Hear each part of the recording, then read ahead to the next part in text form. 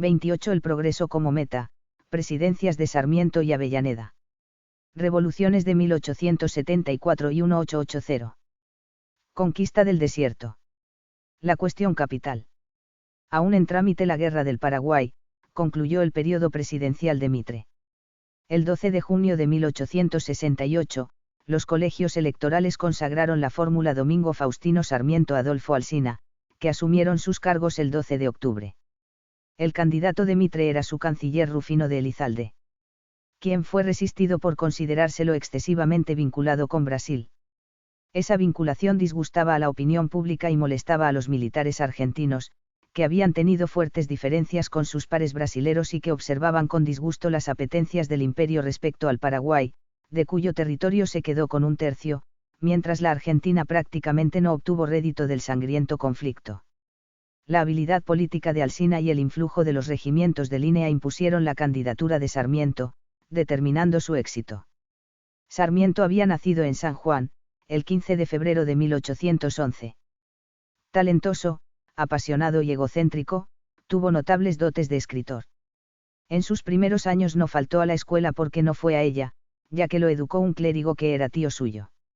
Exilado en Chile durante el gobierno de Rosas, apoyó con sus artículos periodísticos los derechos chilenos sobre el estrecho de Magallanes y la Patagonia, hasta el Río Negro. Fue boletinero del Ejército Grande, vencedor en Caseros. Con mano de hierro gobernó su provincia natal, bajo la presidencia de Mitre. Era embajador ante los Estados Unidos, país por el cual sentía gran admiración cuando resultó electo presidente de la República. Antes de asumir el cargo, la masonería lo agasajó, junto con Mitre, por haber alcanzado ambos en ella el grado 33, grado máximo. Sin embargo, ante el desconcierto del auditorio, Sarmiento expresó, durante el discurso que pronunció en la ocasión, si la masonería ha sido instituida para destruir el culto católico, desde ahora declaro que no soy masón. Y agregó aún, tengo el deber de anunciar a mis hermanos que de hoy en adelante me considero desligado de toda práctica o sujeción a estas sociedades. Tales eran, por lo visto, las intenciones del sanjuanino al iniciar el mandato, encaminadas a preservar su independencia de criterio, si bien finalmente no se desvincularía de las logias y moriría como masón. Su mejor obra literaria, Facundo, aunque plagada de inexactitudes deslizadas frecuentemente a designio según él mismo reconocería, es un cuadro costumbrista lleno de fuerza y color. Sus contemporáneos lo llamaron el loco, pero pronunciaban tal mote con cierta simpatía divertida, inspirada por el personaje. Le gustaban enormemente los árboles y trajo los gorriones al país. Falleció en Asunción, el 11 de septiembre de 1888. Sarmiento nombró ministros a Dalmacio Vélez Sarsfield, Interior, José Benjamín Gorostiaga, Guerra, Mariano Varela, Relaciones Exteriores, Nicolás Avellaneda, Instrucción Pública, y al general Martín de Gainza, Guerra. A lo largo de su gobierno, se promulgó el Código Civil, se erigieron numerosas escuelas, se prolongaron las vías del ferrocarril, se construyeron caminos y fue fundado el Colegio Militar, como así también la Escuela de Náutica, hoy naval.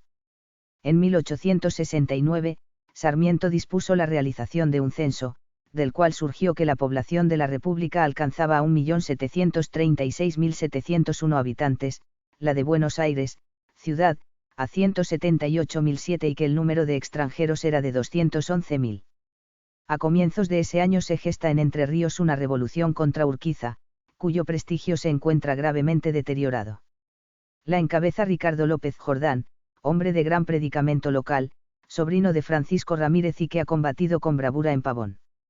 Como primera acción de su pronunciamiento, envía una partida al Palacio San José Casco de la estancia de Urquiza para que prenda a don Justo José. Está al mando del coronel Luengo quien, aparentemente, es desbordado por los sucesos. Urquiza, en efecto, al advertir la llegada de los jinetes, se procura un fusil y hace fuego contra ellos, recibiendo un tiro en la cara. Alguien, quizá un capitán Álvarez o un tal Nicomedes Coronel, lo remata de una puñalada en presencia de su mujer e hijas, 11 de abril de 1869. Pese a que la noticia de este hecho causa consternación, López Jordán es elegido gobernador por la legislatura entrerriana.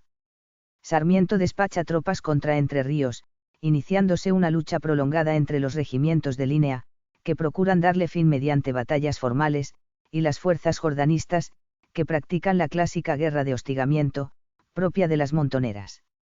López Jordán intenta invadir Corrientes.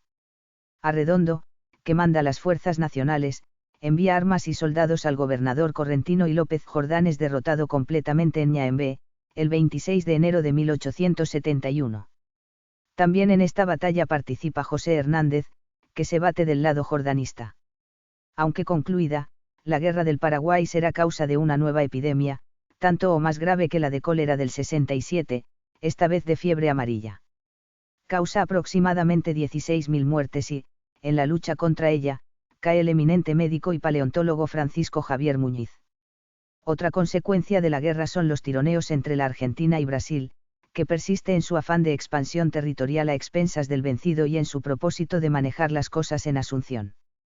A raíz de ello, el canciller argentino Varela enuncia un principio que alcanzará notoriedad, pese a resultar un tanto utópico: la victoria no da derechos. En mayo de 1873, López Jordán vuelve a invadir Entre Ríos. Refugiado en Brasil después de Ñaembé, cruza el río Uruguay con una pequeña fuerza, que pronto se acrecienta con el afluir de voluntarios. Las acciones se desarrollan de manera parecida a la de aquellas que antes tuvieran lugar entre los mismos adversarios. El ejército de la nación, sin embargo, cuenta ahora con mejor armamento. Pues Sarmiento lo ha dotado con fusiles Remington, ametralladoras francesas y cañones Krupp.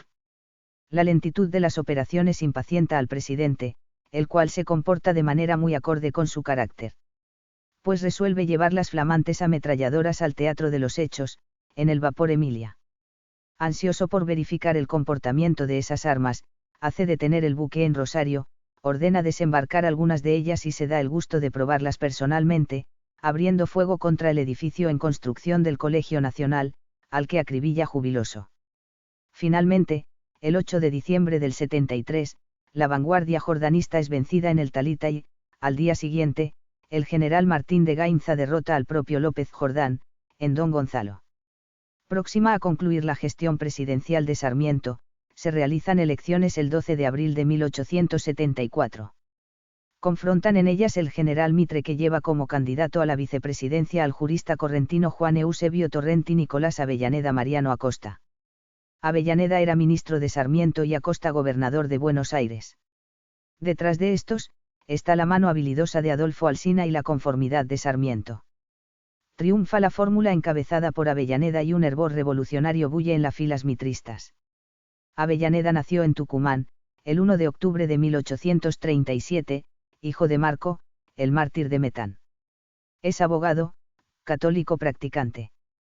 Tiene modales amables y, como también es petizo y camina de un modo característico, lo apodan Taquito o Chingolo. Gravísimos sucesos tendrán lugar, no obstante, antes que Avellaneda ocupe el sillón de Rivadavia, donde aún está sentado Sarmiento, prolongándose después de su asunción. Mitre, en efecto, no reconoce el resultado de las elecciones, que califica de fraudulentas, lanzándose a conspirar. Tiene mucha popularidad en Buenos Aires y lo apoyan militares de valor probado, como Arredondo, Rivas o Liouvs. Salvo en lo que se refiere al coronel Ivanovsky, que responde incondicionalmente a Sarmiento, el gobierno no tiene certeza respecto a la conducta que habrán de adoptar otros jefes, por ejemplo los coroneles Roca, Luis María y Julio Campos. En la noche del 24 de septiembre de 1874, dos cañoneras comprometidas con la revolución levan anclas subrepticiamente, pero una de ellas vara y debe ser abandonada por su tripulación. El suceso delata la inminencia del estallido, resolviéndose los conjurados a iniciar las acciones de inmediato, mientras el gobierno adopta las primeras medidas para neutralizarlas. De acuerdo con el plan trazado, la orden para comenzar el alzamiento se transmite mediante mensajes en clave, disimulados entre los avisos que publican La Nación y la prensa, ya que aquel diario es propiedad de Mitre y el dueño de este José Cepaz se cuenta a sí mismo entre los revolucionarios. Mitre se embarca hacia el Uruguay, desde donde volverá para hacer pie en el Tuyú, cerca de la actual localidad bonaerense de General Madariaga, y reunirse con las fuerzas de Rivas. Mediante un telegrama, Sarmiento ordena a Ivanovsky la detención de Arredondo, que está en Villa Mercedes. El telegrafista comunica la recepción del mensaje a Arredondo, quien envía un oficial para capturar a Ivanovsky. Este se resiste y lo matan. Arredondo, eludiendo pasar por Río 4, pues allí se encuentra Roca, entra en Córdoba para unir sus tropas con las milicias que debía movilizar Taboada, desde Santiago del Estero. Las milicias no aparecen y Arredondo regresa a Villa Mercedes, sin ser hostilizado por Roca. Mitre se ha quedado inexplicablemente inmóvil, en el sur de la provincia de Buenos Aires, con los 9.000 hombres de que dispone. Arredondo marcha hacia Mendoza, venciendo a los milicianos mendocinos en Santa Rosa, 29 de octubre de 1874. El teniente coronel catalán, que manda las milicias, muere durante el combate. En noviembre, Mitre se pone finalmente en marcha. Durante su avance topa con una pequeña fuerza, cuya existencia ignoraba. Se trata de 850 hombres, que incluyen algunos soldados de línea, 120 policías y más de 700 paisanos reclutados, carentes de artillería. Los manda un hombre pintoresco, poco amigo de la disciplina y dotado de un coraje temerario, el teniente coronel José Inocencio Arias, al cual secundan dos estancieros de Lobos, Francisco Bebos y Daniel Solier. La exigua hueste de Arias está en un potrero defendido por zanjas, no lejos de Bragado. Mitre le intima rendición. Ante su sorpresa Arias no solo rechaza la intimación sino que, por su parte, exige a Mitre de poner las armas. Hasta 5 veces cargan los hombres de don Bartolo contra las posiciones ocupadas por Arias y los suyos. El fuego de los defensores causa estragos entre los asaltantes, que, diezmados y perplejos, deben retirarse por fin. Fue este el combate de la Verde y tuvo lugar el 26 de noviembre del 74. Pero Arias no se da por satisfecho con su victoria. Resuelve perseguir a Mitre y, el 2 de diciembre, le da alcance en Junín, conminándolo a rendirse. Mitre se rinde. El 7 de diciembre, Roca ataca a Arredondo, librándose así la segunda batalla de Santa Rosa. Triunfa Roca y es ascendido a general. Tenía 31 años. Durante el banquete con que se celebró el triunfo de Roca en Santa Rosa, instado por los presentes, improvisó un brindis el teniente coronel Dr. José Ambrosio Cortés Funes. Tal brindis resultó en parte premonitorio y decía así: el alférez de Pavón, general por Santa Rosa, aún será más grande cosa cuando alcance su sazón. Si tiene la precaución de andar con paso prudente, llegará a ser presidente y hará el bien de la nación. Entre el fragor de las armas, Avellaneda ha ocupado la presidencia del país, el 12 de octubre de aquel año 1874. Tiene detrás suyo una excelente gestión como ministro de Educación de Sarmiento y, durante su gobierno, quedarán solucionados dos problemas que afligían al país, la conquista definitiva del desierto y el que planteaba la instalación de su capital federal. Avellaneda forma su gabinete con Simón de Iriondo, Interior, Santiago Cortínez, Hacienda, Onésimo Leguizamón, Instrucción Pública. El referido brindis, conservado por tradición oral, me lo hizo conocer el doctor Juan Olmedo Albapose, bisnieto de quien lo improvisara. Félix Frías, Relaciones Exteriores, y Adolfo Alsina, Guerra. Aunque la revolución encabezada por Mitre ha sido vencida, su jefe gana adeptos entre la juventud porteña y, en enero del 75, se crea un club universitario que le responde y hostiga al nuevo gobierno. Avellaneda es católico notorio, como sabemos, y el arzobispo Aneiros diputado oficialista. La decisión de devolver San Ignacio a los jesuitas, la aprovechan la masonería y unos cuantos extranjeros ácratas y garibaldinos para agitar los ánimos, promoviendo una campaña contra la Iglesia. El 28 de febrero, en el Teatro Variedades, el club universitario lleva a cabo un acto, donde dicha campaña alcanza su punto culminante. Al concluir el mismo, unidos algunos estudiantes con activistas adscriptos a la Primera Internacional, una organización mundial marxista y anticlerical, saquean la curia, hacen destrozos en San Ignacio y, por fin, ante la pasividad cómplice de la policía, incendian el Colegio del Salvador. Frente a tales desbordes, surge la condena unánime de mitristas y autonomistas, integrantes del partido de Alsina, oficialista. Numerosos estudiantes se manifiestan, negando representatividad al club universitario, el jefe de policía debe renunciar. Y, con la violenta oposición de Sarmiento, que es senador, el 26 de junio de 1875 se dicta una amplia ley de amnistía, que favorece a los revolucionarios del 74. Se insinúa una profunda crisis económica y el ministro de Hacienda, Cortínez, es reemplazado por Lucas González. En el mismo decreto se designa canciller a don Bernardo de Irigoyen, que ha sido rosista. El 3 de febrero de 1876, es firmado un acuerdo que pone fin a los diferendos pendientes con el Paraguay. Un militar joven y capaz, cuya astucia le valdría el apelativo de El Zorro, ocupó la cartera de guerra en el gabinete de Avellaneda, Julio Argentino Roca. Tucumano de nacimiento, recibió las palmas de general después de vencer a Arredondo en Santa Rosa. Alsina, su antecesor en el cargo, había muerto poco antes, al comer alimentos en mal estado mientras inspeccionaba un campamento en Puan. De modo que Roca hereda su puesto y su ilusión más cara, incorporar para siempre a la nación las vastas extensiones que se dilataban a partir de una imprecisa línea de frontera, vulnerada repetidamente por los malones que llegaban del sur y del oeste. La lucha contra el indio, sostenida desde los precarios fortines que, a manera de avanzada, se alzaban en la soledad de la llanura o cerca de las poblaciones incipientes, constituyó una epopeya que los argentinos no conocemos suficientemente. Fueron sus protagonistas sufridos milicos criollos, que combatieron en condiciones durísimas, dejando tantos de ellos sus huesos en la pampa interminable. Soldados rasos, cuyos nombres nadie conservó, oscuros suboficiales y esforzados oficiales, entre los cuales cabe mencionar a Conrado Villegas, Nicolás Levalle, Lorenzo Huinte, Eduardo Racedo, Olascoaga, Solís, Daza o el comandante Prado. Este último escribió un libro, que todos deberíamos leer, La guerra al malón.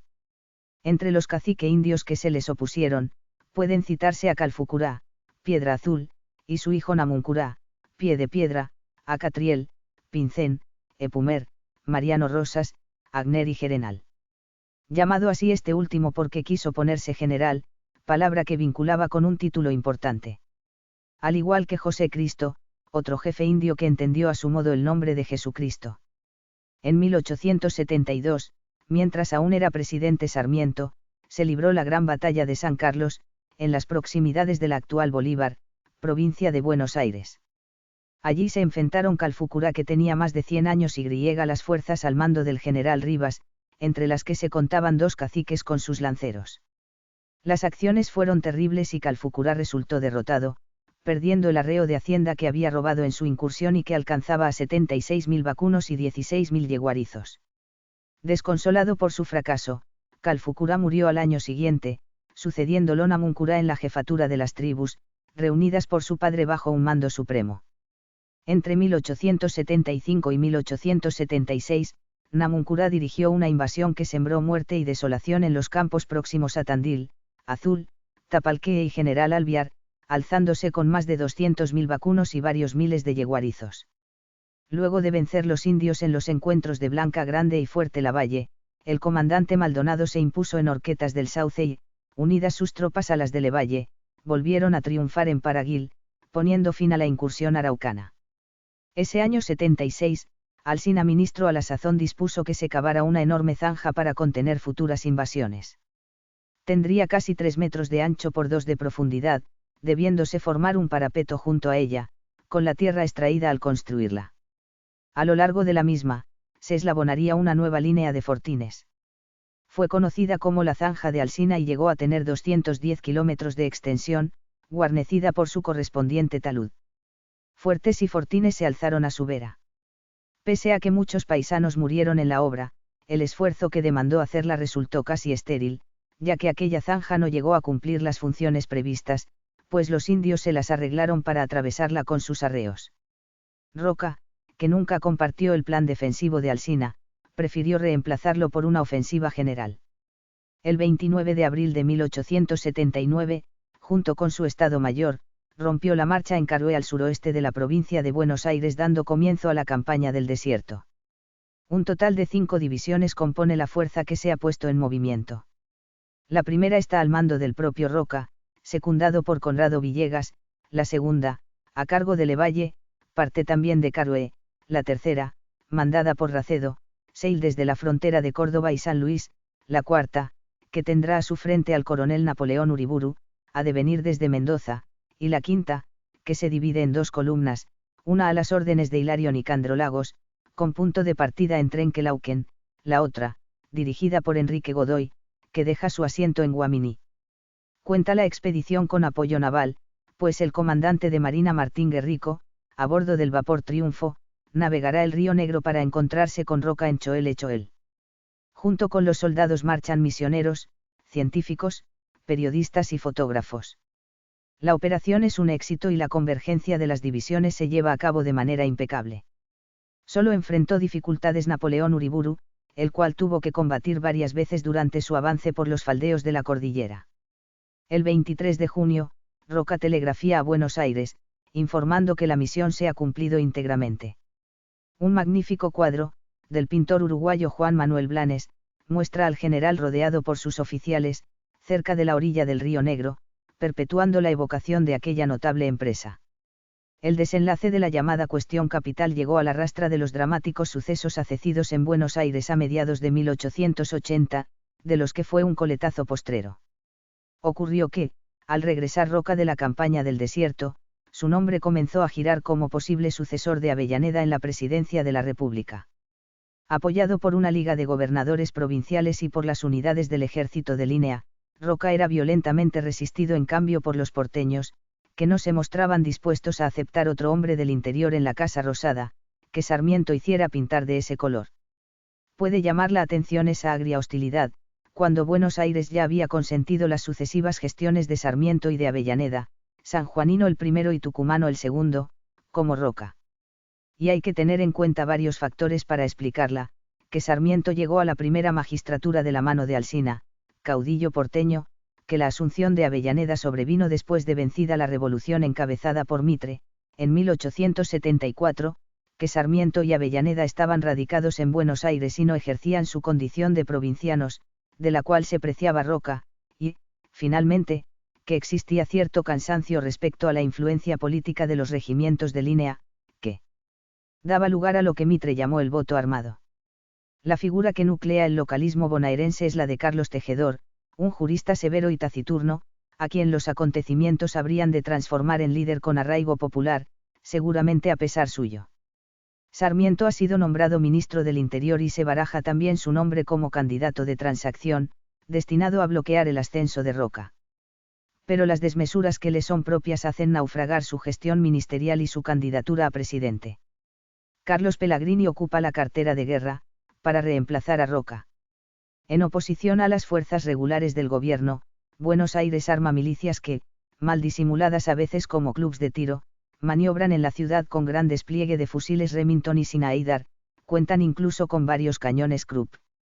La intercepción por las autoridades nacionales de una partida de armas destinada al gobierno provincial, constituye la chispa que encenderá una inmensa hoguera, en un medio extremadamente combustible. El 13 de junio de 1880, los colegios electorales consagran la fórmula que integran Roca y Francisco B. Madero para presidente y vice de la República. Solo los electores de Buenos Aires, Corrientes y uno de Jujuy votaron por Carlos Tejedor. Avellaneda, acosado en la ciudad, se ha trasladado a Belgrano, apacible pueblo suburbano por entonces. Lo acompaña un gabinete reducido y cierto número de legisladores nacionales, insuficiente para sesionar válidamente. El 21 de junio, se combate por fin. Y se combate encarnizadamente. Las tropas del gobierno y las de Buenos Aires chocan en Puente Alsina, Los Corrales Viejos, Parque Patricios, Constitución. Hay más de 3.000 muertos y, a despecho del rudo ataque de aquellas, la resistencia porteña no cede. Mientras que por la nación pelean jefes de la talla de Racedo, Levalle, Manuel Campos y Bosch, por Buenos Aires se baten Arredondo, Arias, Gainza, Julio Campos, Lagos. Pese a su coraje fuera de duda, no todos estos son modelos de disciplina y, para conjurar diferencias que se suscitan entre ellos, Mitre es nombrado jefe de la defensa. Pese a hallarse en posición excelente, luego de neutralizados los ataques del día anterior, el nuevo jefe opta por negociar. Marcha a Belgrano, con una carta de Tejedor a Avellaneda, mantiene sucesivas entrevistas con los ministros de este y, luego, se reúne con José María Moreno, vicegobernador de la provincia. Por fin, mediante un pacto de caballeros, cesan las hostilidades, renunciando Tejedor el 30 de junio. Apenas ha callado el tronar de las armas, se organiza en la ciudad un baile de la reconciliación, donde quienes fueran contendientes confraternizan cordialmente. Recién enterrados los muertos padres, hermanos, tantos de ellos, manos que huelen a pólvora enlazan el talle de las damas presentes al son de la música o, firme el pulso, alzan sus copas brindando por el futuro de la nación. Cuando los porteños rigieron la nación, resultó lógico y natural que Buenos Aires fuera su capital, cumpliendo así la función que históricamente le cupiera a lo largo de siglos. Cuando, en cambio, estuvieron escindidos del país, la capital federal se asentó en otra parte, tal como ocurrió al erigir la Urquiza en Paraná. Las dificultades mayores se presentaban, sin embargo, cada vez que el poder central estuvo en manos de provincianos, no obstante hallarse Buenos Aires en relación más o menos armónica con el resto de la Confederación. Pues, instaladas las autoridades nacionales en la ciudad porteña, quedaba de manifiesto que se hallaban allí como huéspedes. Lo cual resultaba incómodo, tanto para dichos huéspedes como para sus forzados anfitriones. Por otra parte, estos no estaban dispuestos a perder la ciudad de la que se enorgullecían con sobrados motivos, cediéndosela definitivamente a aquellos. Aunque tampoco concebían, con motivos igualmente sobrados, que la Argentina no tuviera por capital a Buenos Aires. En tiempos de Avellaneda, convivían en ella el gobierno nacional y el provincial, separadas a veces las dependencias de uno y otro por el ancho de una calle. De modo que el presidente, vencida la revolución y próximo a concluir su mandato, resolvió poner fin al problema, facilitando de tal modo la gestión de quien lo sucediera. En septiembre de 1880, el Congreso Nacional aprueba los proyectos de leyes enviados por el Poder Ejecutivo, para transformar la ciudad de Buenos Aires en capital federal de la República. En octubre, la legislatura bonaerense cede a la nación, con ese fin, el municipio porteño. Por lo tanto, al asumir Roca la presidencia del país en Buenos Aires, lo hará como dueño de casa. Tiempo después, a la cesión inicial se agregarían las comunas de Belgrano y Flores. Conrado Villegas comandaba el 3 de Caballería, conocido como el 3 de Fierro. Y esa unidad se distinguía por un detalle peculiar: todos los caballos que montaban sus hombres eran tordillos. Así, en la frontera, fueron famosos los blancos de Villegas, orgullo del toro, apelativo este del famoso jefe oriental del ejército de línea. Pero ocurrió que cierta mañana, al despertar, los soldados del 3 de Fierro advirtieron que los indios, en un audaz golpe de mano, los habían dejado a pie. Durante la noche, burlando a los centinelas, se habían llevado los blancos consigo. Enterado Villegas, no aplicó castigo alguno a los responsables de cuidar la caballada, solo les ordenó que salieran a buscarla y no regresaran sin ella. Nada fácil era la misión encomendada a los negligentes guardianes.